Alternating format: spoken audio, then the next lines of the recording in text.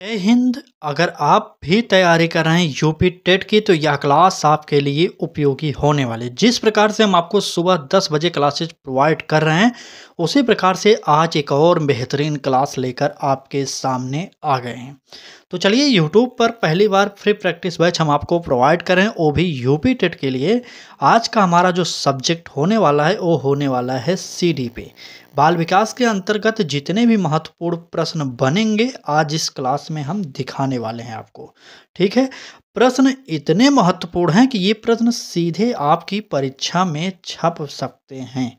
यकीन करिए, एक बार आज की क्लास को देखिए पहले, उसके बाद आप हमारे साथ जुड़िएगा फ्री प्रैक्टिस बैच के लिए।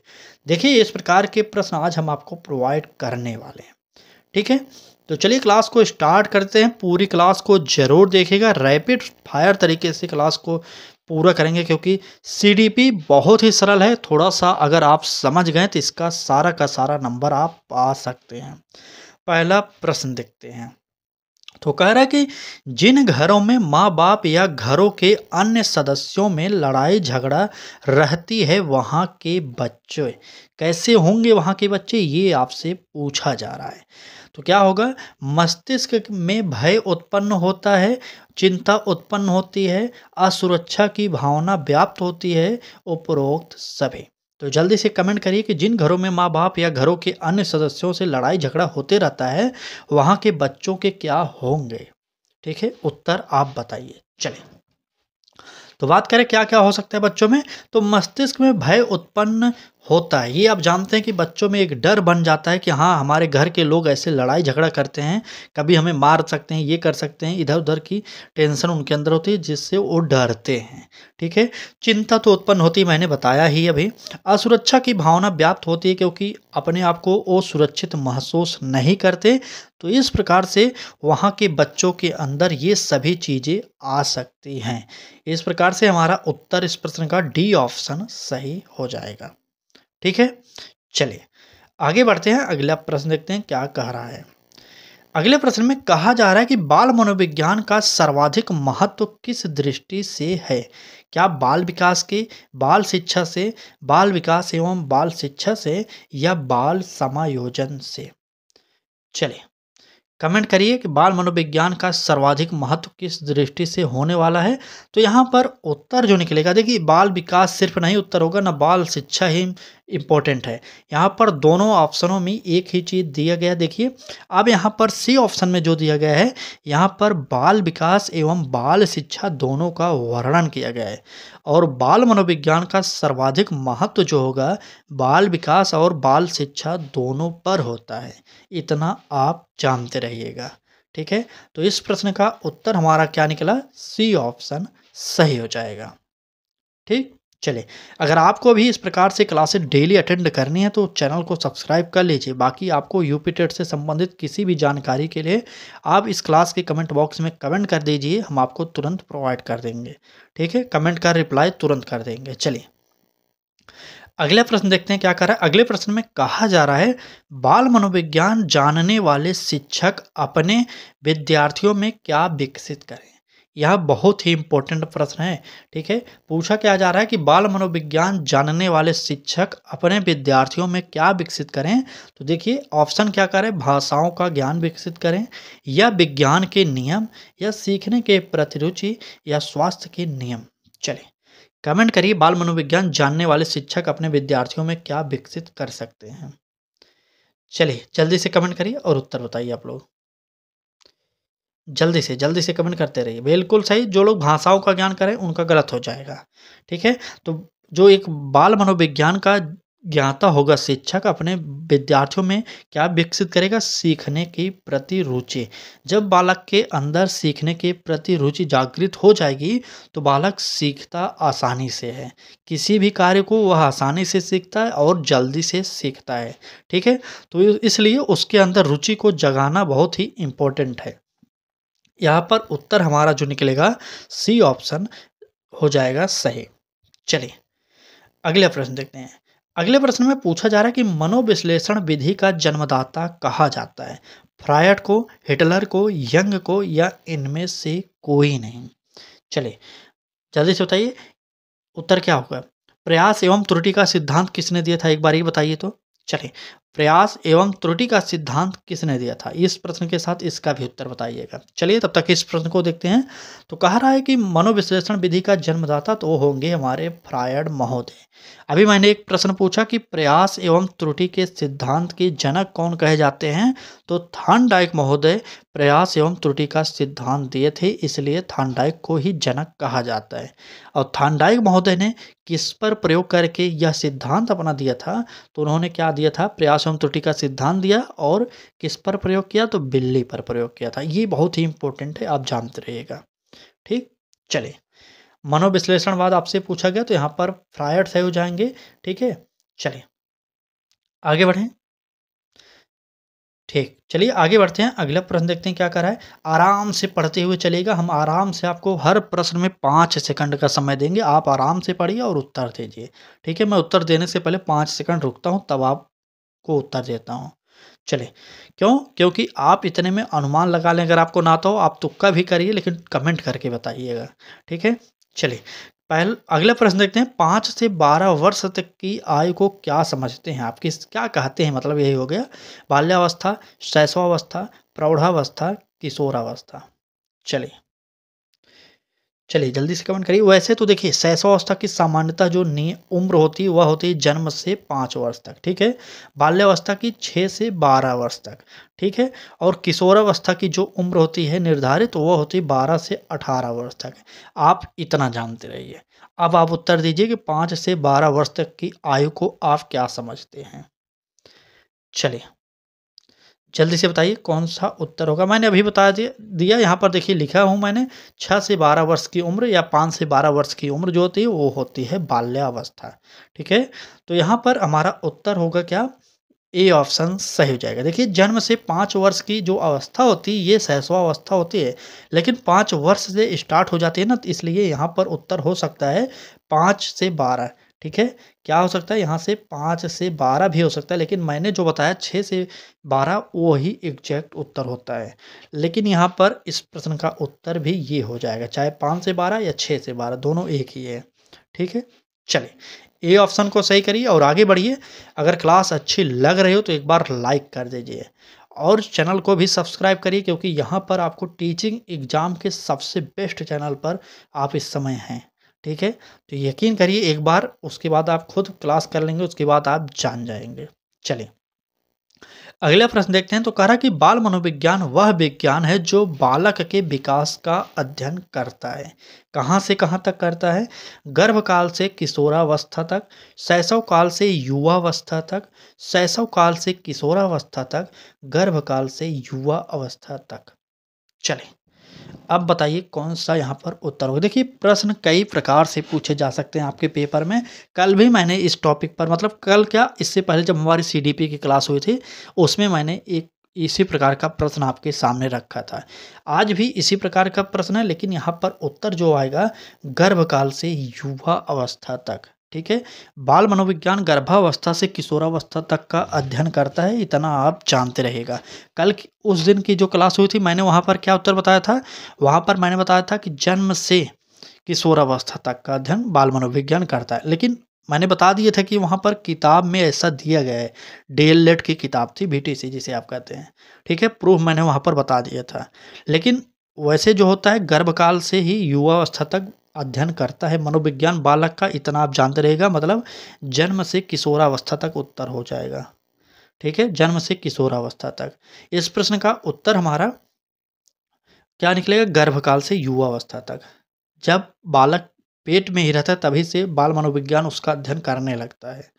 ठीक, चलिए अगला प्रश्न। देखिए भाई, सिंपल सा जानिए आप कि बालक गर्भ में जब रहता है तभी ही बाल मनोविज्ञान उसका अध्ययन करने लगता है। आपसे ऑप्शन में दिया जाए कि गर्भकाल से किशोरावस्था तक, आप उसे टिक करिएगा। ठीक है, और जो अगले दिन क्लास हुई थी मैंने उसमें बताया था क्या, मुझे पता है, मुझे याद भी है, उसमें मैंने बताया था जन्म से किशोरावस्था तक। लेकिन भाई मैंने वहाँ पर बता दिया कि ये डीएलएड की किताब में दिया गया है, और मेरे हिसाब से चलेंगे तो गर्भावस्था से किशोरावस्था तक थी। मैंने भी शायद उस दिन ये बताया था। ठीक है, चलिए अगला प्रश्न देखते हैं।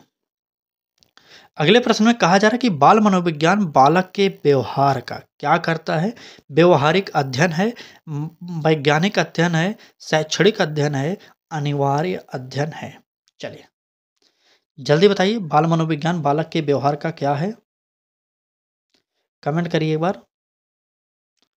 चलिए जल्दी से कमेंट करिए, इस प्रश्न का उत्तर आप दीजिए। बिल्कुल सही, बाल मनोविज्ञान बालक के व्यवहार का क्या है? वैज्ञानिक अध्ययन है। यहाँ पर हमारा बी ऑप्शन सही हो जाएगा। आगे बढ़ते हैं, अगला प्रश्न देखते हैं। देखिए अगला प्रश्न, देखिए प्रश्न देखने में सरल लग रहा होगा लेकिन यहाँ पर ही ज़्यादा गलती होती है, क्योंकि क्या उत्तर होने वाला है या तो शायद आयोग लास्ट समय में निर्णय करेगा। ठीक है, इस प्रकार के प्रश्न जो हैं आयोग लास्ट में ही निर्णय करता है। चलिए, कह रहा है कि बालक का विकास प्रारंभ होता है, ये तो एकदम इम्पोर्टेंट है और एकदम सरल भी है। चलिए नोट करिए और बताइए। जन्म से होगा, जन्म से पूर्व होगा, गर्भावस्था से और गर्भावस्था से पूर्व। बताइए, बालक का विकास प्रारंभ हो जाएगा कहाँ से होगा? तो आपको पता होना चाहिए, मैंने अभी बताया था कि गर्भावस्था से ही बालक का विकास प्रारंभ हो जाता है।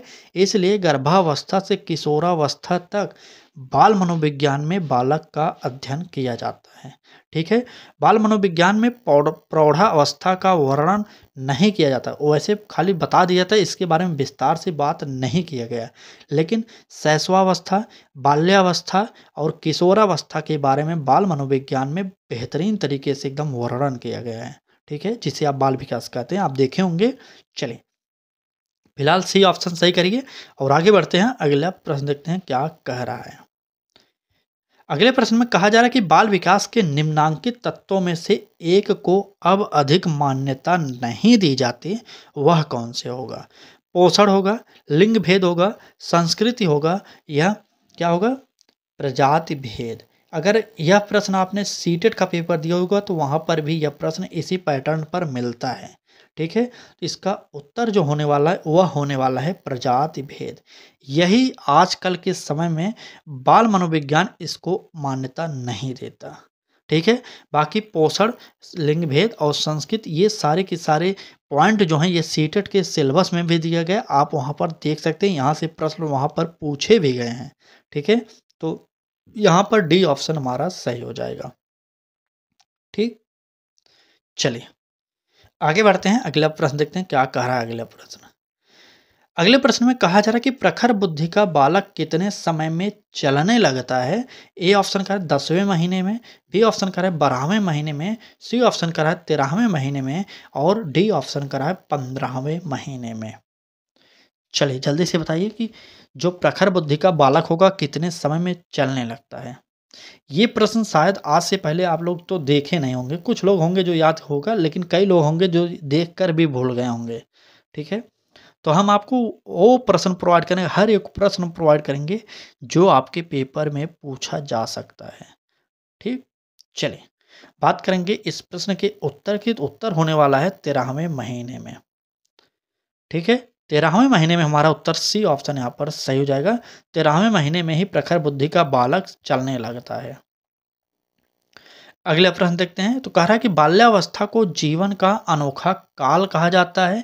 सबसे पहले ये बताइए कि यह किसने कहा है? बाल्यावस्था को जीवन का अनोखा काल किसने कहा है? सबसे पहले इस प्रश्न का उत्तर दीजिए, उसके बाद आगे बढ़ेंगे।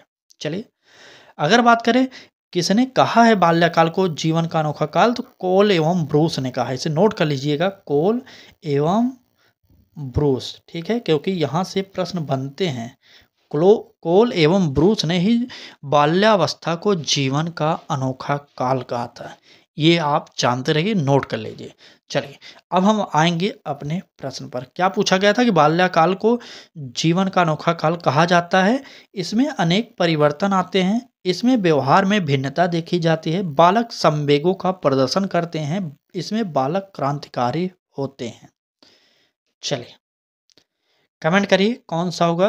बाल्यावस्था को जीवन का अनोखा काल कहा जाता है, क्यों कहा जाता है ये आप जान लीजिए कि इसमें अनेक परिवर्तन आते हैं। बालक के अंदर कई सारी परिवर्तन इसी अवस्था में आती है और इसलिए हमें याद करना चाहिए कि बाल्यावस्था को जीवन का अनोखा काल कहा जाता है।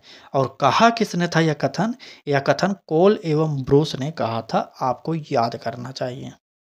ठीक है, ए ऑप्शन यहाँ पर हमारा सही हो जाएगा। चलिए आगे बढ़ते हैं अगला प्रश्न। ये प्रश्न यूपी टेट में कई बार पूछा गया है, बहुत ही इंपॉर्टेंट है। यूपी टेट रीट किसी भी परीक्षा को उठाकर देख लीजिए, टीचिंग एग्जाम की हो अगर वह परीक्षा, अगर वहाँ पर सीडीपी पूछी जाती हो तो किसी न किसी वर्ष यह परिभाषा वहाँ पर जरूर आई है।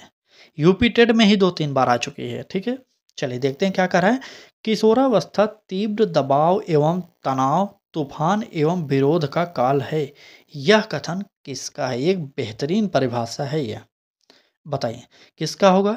स्किनर का है, हरलॉक का है, स्टैनले हॉल का है, या इनमें से कोई नहीं? चलिए बताइए इस प्रश्न का उत्तर क्या होने वाला है। किशोरावस्था तीव्र दबाव एवं तनाव, तूफान एवं विरोध का काल है। अगर पूछा जाए यह परिभाषा किसकी है, तो यह परिभाषा है स्टैनले हॉल महोदय का। ठीक है, इसे याद करिएगा क्योंकि ये बहुत ही इंपॉर्टेंट परिभाषा है। और परिभाषाओं को याद करिए या ना करिए, लेकिन यह याद करिए क्योंकि ये परिभाषा कई बार रिपीट हो चुका है यूपी टेट में। ठीक है, तो याद कर लीजिए और प्रश्न का उत्तर सी ऑप्शन स्टैनले हॉल इसका सही ऑप्शन हो जाएगा। ठीक, चलिए आगे बढ़ते हैं, अगला प्रश्न देखते हैं क्या कर रहा है। अगले प्रश्न में कहा जा रहा है कि किशोरावस्था को जीवन का कठिन काल कहा जाता है। क्यों कहा जाता है किशोरावस्था को? अभी मैंने पढ़ा कि बाल्यावस्था को जीवन का अनोखा काल कहा जाता है, वो तो हो गया, सही था।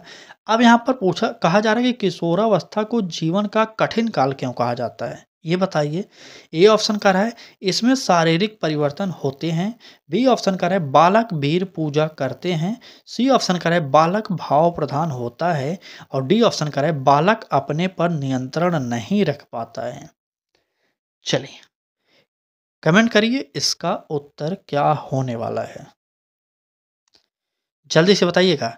किशोरावस्था को जीवन का कठिन काल क्यों कहा जाता है? ठीक है, चलिए ठीक, चलिए बिल्कुल सही। यहाँ पर भी बालक अपने पर नियंत्रण नहीं रख पाता, भाव प्रधान रहता है, वीर पूजा करता है, इसमें शारीरिक परिवर्तन होते हैं। तो यहाँ पर भी शारीरिक परिवर्तन होगा और बालक अपने पर नियंत्रण नहीं रख पाता, मतलब संवेगों पर नियंत्रण बालक यहाँ पर नहीं रख पाता।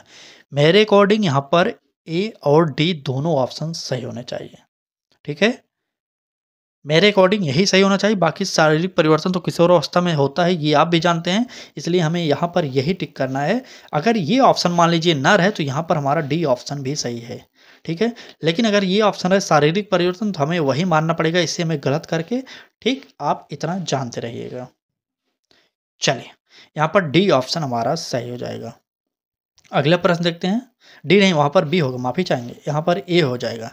इस प्रश्न का उत्तर ए ऑप्शन मारिएगा। ठीक, ए ऑप्शन ना रहे तब डी करिएगा। आगे बढ़ते हैं, अगला प्रश्न देखते हैं। कह रहा है कि बालक के शारीरिक विकास को प्रभावित करने वाले निम्नलिखित तत्वों में सर्वाधिक महत्वपूर्ण कौन सा है? ध्यान से आराम से पढ़िए और उत्तर दीजिए। ठीक है, क्या वंश परंपरा होगा, वातावरण होगा, उत्तम स्वास्थ्य होगा, या संवेदनशीलता हो जाएगा उत्तर। चलिए कमेंट करिए और उत्तर बताइए कि बालक के शारीरिक विकास को प्रभावित करने वाले निम्नलिखित तत्वों में से सर्वाधिक महत्वपूर्ण कौन सा है? चलिए सर्वाधिक महत्वपूर्ण की बात कर रहा है, यहाँ पर जल्दी से कमेंट करिए। तो सर्वाधिक महत्वपूर्ण की बात कर रहा है तो यहाँ पर हो जाएगा उत्तम स्वास्थ्य। ठीक है, उत्तम स्वास्थ्य हो जाएगा, सी ऑप्शन यहाँ पर हमारा सही हो जाएगा। और आगे बढ़ेंगे, अगला प्रश्न देखेंगे क्या कह रहा है। चलिए कह रहा है कि बालक की विकासावस्था में मानसिक विकास हेतु उचित परामर्श की अपेक्षा की जाती है। शैशवावस्था में, युवावस्था में, किशोरावस्था में, प्रौढ़ावस्था में? बताइए, बालक की विकासावस्था में मानसिक विकास हेतु उचित परामर्श की अपेक्षा की जाती है तो किस अवस्था में की जाएगी, ये आप कमेंट करिए। चलिए तो हमारा उत्तर क्या होने वाला है? नहीं नहीं, बाल्यावस्था में नहीं होगा भाई, यहाँ पर बाल्यावस्था नहीं होगा, यहाँ पर किशोरावस्था होगा। ठीक है, यहाँ पर युवावस्था भी नहीं होगा, यहाँ पर सिर्फ किशोरावस्था ऑप्शन सही हो जाएगा। तो आप लोग नोट करिएगा।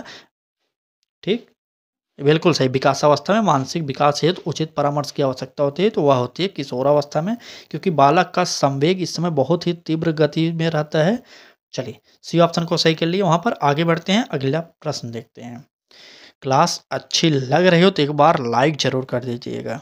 ठीक, और डेली क्लासेज अगर इस प्रकार की अटेंड कर रहे हो तो चैनल को भी सब्सक्राइब कर लीजिए और बेल आइकन को ऑन कर लीजिए और अपने मित्रों तक भी इस क्लास को शेयर करिए, ठीक है? क्योंकि आप पढ़ते रहेंगे तभी तो हम फ्री प्रैक्टिस बैच आपको प्रोवाइड करते रहेंगे। नहीं तो आप जब पढ़ेंगे नहीं तो हमारा प्रैक्टिस बैच कराने का कोई मतलब नहीं, हमें भी बंद करना पड़ेगा। तो आपको जहाँ अच्छा लगेगा जाएँगे, कम से कम ₹599 में प्रैक्टिस बैच लेंगे, वो भी आखिरी 1 महीने के लिए, ठीक है? तो यहाँ पर आपको फ्री में प्रोवाइड किया जा रहा है, फ्री में मतलब 1 भी रुपए नहीं लग रहा और जब तक परीक्षा नहीं होगी तब तक आपके लिए यूट्यूब पर ही प्रैक्टिस बैच लॉन्च की गई है लक्ष्य तक के द्वारा, ठीक? तो लाइक, शेयर, सब्सक्राइब करते रहेंगे तभी तो आप पढ़ाई करते रहेंगे, नहीं तो क्लास ही बंद कर दिया जाएगा। जब आप पढ़ाई नहीं करेंगे, अभी आप लोग तो आराम कर रहे हैं, सोच रहे हैं कि परीक्षा की डेट एकदम नज़दीक आएगी तब तैयारी करेंगे, तो ऐसा नहीं होता। किसी भी परीक्षा को पास करने के लिए सबसे पहले हमें उस पर लगना पड़ता है। परीक्षा की डेट क्लियर हो या ना हो, ये तो जानते हैं ना कि परीक्षा होने वाली है, ठीक? चलें, प्रश्न पर आएँगे, बाकी आपकी इच्छा जो वही करेंगे मुझे पता है, लेकिन मेरा भी दायित्व बनता है कि आपको थोड़ा-सा जागरूक किया जाए, ठीक है? चलिए, कह रहा है कि प्रश्न में बालकों में स्वतंत्रता की आकांक्षा किस अवस्था में प्रबल हो जाती है? शैशवावस्था में, बाल्यावस्था में, किशोरावस्था में, प्रौढ़ावस्था में? चलिए कमेंट करिए और उत्तर बताइए। बालकों में स्वतंत्रता की आकांक्षा किस अवस्था में उत्पन्न हो जाती है? तो इसका भी उत्तर वही होगा, किशोरावस्था में। मैंने बताया ना कि बालक के पंख जाम आते हैं कुछ दिनों के लिए, तो यह भी अवस्था यही है। हमारा इस प्रश्न का उत्तर सी ऑप्शन सही हो जाएगा। बालक किशोरावस्था में स्वतंत्र रहना चाहता है, जो इसकी इच्छा वह करना चाहता है, वह अपने आप को ही खुदा मान लेता है उस समय, ठीक है? कुछ दिन बाद वह जब अवस्था धीरे-धीरे खत्म होने लगती है तो वह अपने लाइन पर आ जाता है, ठीक? ये जानते रहिएगा आप। चलिए, सी ऑप्शन को सही करिए और आगे बढ़िए, अगला प्रश्न देखते हैं क्या कह रहा है। चलिए, प्रश्न में कहा जा रहा है कि बाल्यावस्था में कौन से संवेग सर्वाधिक प्रभावशाली होते हैं? क्या भय होगा, पीड़ा होगा, प्रेम होगा, दुख और सुख होगा? चलिए, बताइए, बाल्यावस्था में कौन से संवेग अधिक प्रभावशाली होते हैं? ये आपका प्रश्न है और उत्तर आपको जल्दी से बता देना है। तो बाल्यावस्था में संवेग सबसे अधिक प्रभावित होगा, वो होगा हमारा क्या? वह होगा सुख और दुख, दुख और सुख। डी ऑप्शन सही हो जाएगा, ठीक? चलिए, अगला प्रश्न देखते हैं। अगला प्रश्न में क्या कहा जा रहा है? अगले प्रश्न में कहा जा रहा है कि किस प्रकार के शरीर वाले किशोर-किशोरियों में संवेगात्मक अस्थिरता की स्थिति अधिक नहीं होती है? क्या अस्वस्थ, स्वस्थ, दुबले-पतले या मोटे? ए, बी, सी, डी उत्तर बताइए कौन-सा सही होने वाला है हमारा? चलिए, कौन-सा ऑप्शन सही होगा? बिल्कुल सही, हमारा ऑप्शन जो सही होगा वह हो जाएगा बी ऑप्शन, स्वास्थ्य, ठीक है? स्वास्थ्य, बिल्कुल। किस प्रकार के शरीर वाले किशोर-किशोरियों में संवेगात्मक अस्थिरता की स्थिति अधिक नहीं होती, जो स्वस्थ होते हैं उनमें यह स्थिति अधिक नहीं होती, इसलिए यहाँ पर इस प्रश्न का उत्तर बी ऑप्शन सही हो जाएगा, ठीक है? चलिए, बी ऑप्शन को सही करिए। आज की क्लास में बस इतना ही था। अगर क्लास अच्छी लगी हो तो लाइक करिएगा, चैनल पर नए हो तो सब्सक्राइब करिए और बेल आइकन को भी ऑन करिए, क्योंकि लक्ष्य तक इस बार आपको प्रोवाइड कर रहा है यूपी टेट की फ्री प्रैक्टिस बैच, वो भी यूट्यूब पर। और 1 भी रुपए आपको चार्ज नहीं देना, सिर्फ आपको चैनल को सब्सक्राइब करना है और लाइफ टाइम के लिए पढ़ना है, ठीक? चलिए, कल फिर मिलेंगे एक नए क्लास के साथ। तैयार रहिएगा सुबह 10 बजे, तब तक के लिए धन्यवाद।